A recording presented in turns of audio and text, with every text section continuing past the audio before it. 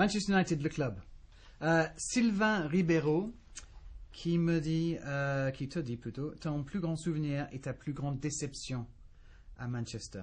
Au niveau du club, c'est quelque chose d'énorme. C'est quelque chose d'énorme. Je me souviens, mon premier match à Old Trafford, je crois qu'on jouait contre une équipe de 3e division en Cup.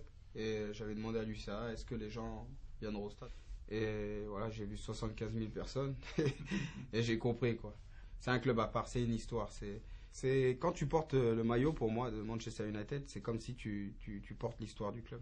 C'est pour ça que tu te dois de te sacrifier pour ce maillot. C'est quelque chose d'inexplicable. Et si tu n'as pas cette culture, cette mentalité vraiment d'aller au charbon, de tout gagner, parce que Manchester, quand tu es deuxième, tu as perdu, tu n'as pas fait ton boulot. Il y a Aslanis Mchangamba. Je pense que je le dis très mal. Tu me le... T'as des problèmes, hein? Non. Aslanis Mchangama. Gama. Pas Gamba. Bon, je t'ai pas trop loin. Je crois que c'est un Gabonais ou quoi? Est-ce que Manchester United est toujours aussi fort sans Tevez et sans Ronaldo? C'est une question qu'il faut répondre en fin de saison parce que c'est facile. Tu peux dire là, oui, on est plus fort. Tu peux dire on est moins fort, mais c'est à la fin du championnat. Si on gagne le titre, je dirais pas qu'on est plus fort, mais je dirais qu'on a continué sur notre lancée. Et quand je dis ça, déjà, c'est deux grands amis qui me manquent personnellement. Mais Manchester, voilà, la star, c'est pas un seul joueur, c'est pas deux joueurs, c'est l'équipe. Tevez, on a parlé de Ronaldo, mais Tevez, justement, parti aussi, et qui, pour City, a été assez brillant récemment. Et puis, toute cette histoire avec vous, Gary. justement, avec Gary Neville, etc. Non, mais pour moi, j'ai toujours dit... Premièrement, Tevez, je le verrai tous les jeux, je le vois souvent, je vais manger chez lui, ça reste mon ami, il joue pour le club ennemi, oui, mais ça restera mon ami. Et Tevez, c'est un champion, ça reste un champion, il l'a prouvé sur les 2 matchs. Et bon, voilà, ce qui s'est passé avec Gary Neville, bon, je crois que Gary Neville a dit quelque chose dans la presse, Tevez n'a pas apprécié, donc quand il a marqué, il lui a juste dit, tais-toi, là, pour la prochaine fois. Ça a été juste un peu d'échange, mais rien, après, bon, les gens en ont fait une grosse polémique, mais voilà, pour moi, Tevez... J'aurais aimé qu'ils soient encore à Manchester United. Chris Dos Santos, tu es entraîné par un des meilleurs entraîneurs du monde. Peux-tu nous parler de ses méthodes et sa relation avec toi? Sir Alex Ferguson, c'est voilà, la culture de la gagne. Il incarne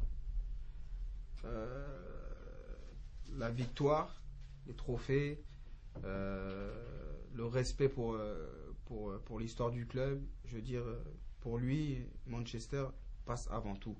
C'est quelqu'un qui protège ses joueurs. Dans quoi il est vraiment, je pense, incomparable, Ferguson, c'est qu'il arrive à te pousser au-delà de tes limites. C'est-à-dire que tu n'as pas le temps de te reposer. De toute façon, si tu veux te reposer, tu auras vite fait sur le banc. Parce que comme je t'ai dit à Manchester United, si tu fais un match bon, tu vas sur le banc. Si tu fais des matchs que tu étais au top, là, tu restes dans l'équipe. Et c'est comme ça, c'est sa culture, voilà. Et bon, après, il faut pas le décevoir. 3 ans au club, c'est quand même... Non, 23 ans, mythique. Voilà, c'est mythique et il a encore faim. Et on a vu hier quand on a marqué le but, il était comme un enfant. Ouais. Donc voilà, dans ses yeux, il nous avait fait un meeting. Un jour, il nous a dit, voilà, pourquoi voulez-vous que je prenne ma retraite? Tu vois, quand j'entends les gens dire qu'il va prendre sa retraite, moi, ça me fait rire. Je pense qu'il restera à vie à Manchester. Après, peut-être que je me trompe, mais... Je le vois pas chez lui en train de regarder la télé ou il s'ennuierait trop. C'est important pour les joueurs ça de voir un entraîneur comme ça. Ouais, je pense que ça donne un signal quand même. Je pense que si tu vois l'entraîneur qui voilà, tu perds et il est un peu, il dit non ça va aller. D'un côté tu te dis ouais le prochain match si tu perds il va pas trop. Alors que Ferguson voilà si tu vas à Arsenal et que tu perds vaut mieux pas être dans notre vestiaire. Et pourtant on joue à Arsenal et on est là-bas. Mais même le match nul pour lui c'est aller là-bas et gagner.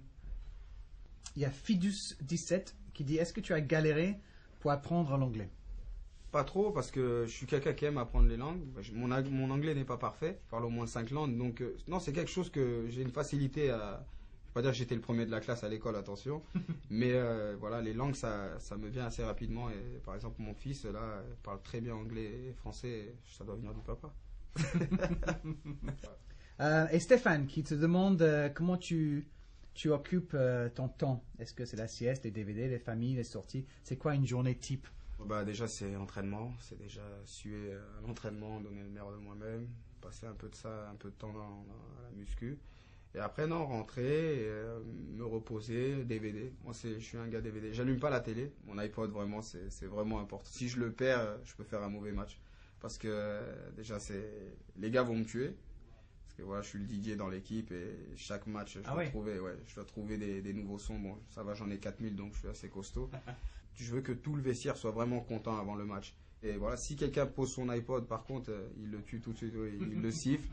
Et ils disent pas, te remets ton iPod, il fait, voilà, et ça me fait plaisir. Ça me fait plaisir. Alors, pour le match contre Arsenal, alors je vais mettre un peu de rock, quelque chose vraiment qui va nous permettre d'aller au combat. Il n'y aura pas de chanson d'amour. Ah non, ça.